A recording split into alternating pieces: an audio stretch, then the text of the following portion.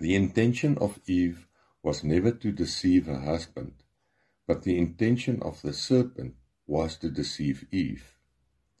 Eve was not being deceptive towards her husband.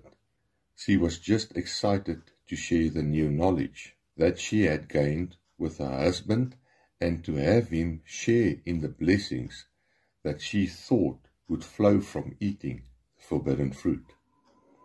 Eve's intentions towards her husband was good and not evil. Remember that Eve was deceived, and when a person is deceived, they do not know that they are deceived. They usually think that they alone are right and that everybody else are wrong in what they believe or in how they think about a thing. And they try to get everybody else to come into the new revelation that they have received because they think that it is the correct information. If Eve knew that she was being deceived by the serpent, she would have never fallen for the lie of the serpent.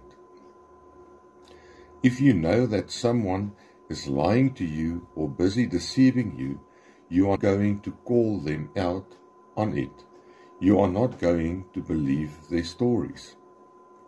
But Adam, not being deceived, should have corrected his wife. As the head of his house and him not being deceived, he should have taken up his godly responsibility and corrected the situation. But he chose to be deliberately disobedient to God.